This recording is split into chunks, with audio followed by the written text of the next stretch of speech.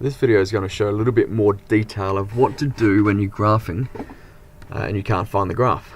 So what I mean by this is, this time we're going to look at a graph with some abnormal numbers as coefficients. So we're looking at large numbers this time, so 2,000, 300, and negative 200. So last time our numbers were small, they fit in within the 10 to minus 10 window. This time if we go with that window, let's just go back to our standard, which is 6, which is minus 10 to 10 and minus 10 to 10. You see that you don't really get anything that's useful. You can kind of see something going on, but not much. So what I want to do is think about, well, what's happening with my y values here. My x value is obviously picking up something, but my y values are nowhere near. So because I've got large numbers, I'm going to think about my y values and think, well, they're probably going to need to be much bigger. So I'm just going to play around and put in negative 1,000 and positive 1,000. Sorry, 10,000. Okay, and instantly I've got quite a nice graph.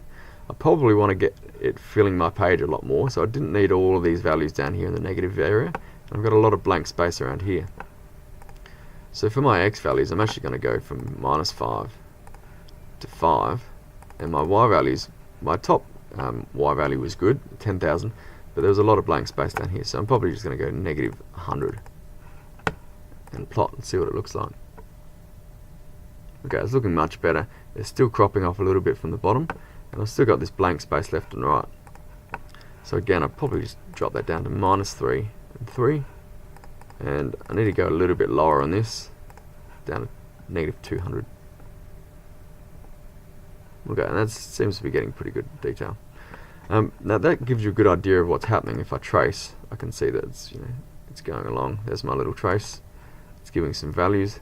But if I'm trying to find, often what I'm trying to find is the zeros or the roots of when it crosses the x-axis. This is not particularly useful because I can't really see what's going on. So I'm going to go back to here and go, well, actually all I care about is probably just those top, that really closed in gap. I should get it coming down there and there. Again, it's not too bad now, so I can sort of see them defined. So I can use my second calc, my zero function, and I can find easily those roots by going my left boundary, my right boundary, and guess. Okay, so I can easily find my roots that way. There's a few other features in here that I can use to start with. Let's just reset back to 6. So where we were starting, not a very useful graph. In here we've got zoom in and zoom out. We've got decimal, we've got square, we've got standard, we've got trig, integer, zoom stat, zoom fit.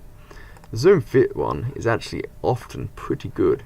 Let's see what happens when we go zoom fit. What it does is it just tries to fit it as well as it can into the graph. So let's have a look.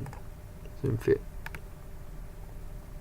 Okay, so instantly you can see it actually tries to fit most of the parabola, or the quadratic, into the graph. In this case, it's not awesome for finding out roots because you can see that it just looks like there's one right at the origin, but there's actually not. But it's a good place to start because then I could use the zoom box and say, whoops, my zoom box, and go, okay, let's just create a little box down here. I'll go right down near my x-axis and create a line and go down and make a box. Okay, then you can kind of see that it's working. I can do my box again, start again with my box, and I can just keep zooming. The more practice with this you have, you'll get used to this, and you'll find shortcuts and make it a lot quicker. Okay, zoom box again. Okay, now I can see my roots pretty easily. I can go back into my second calc, and I can go left bound and right bound and find my roots. Okay, bear in mind this will never give it as a fraction, but you've got to use your own intuition there to convert that into fraction if you need to.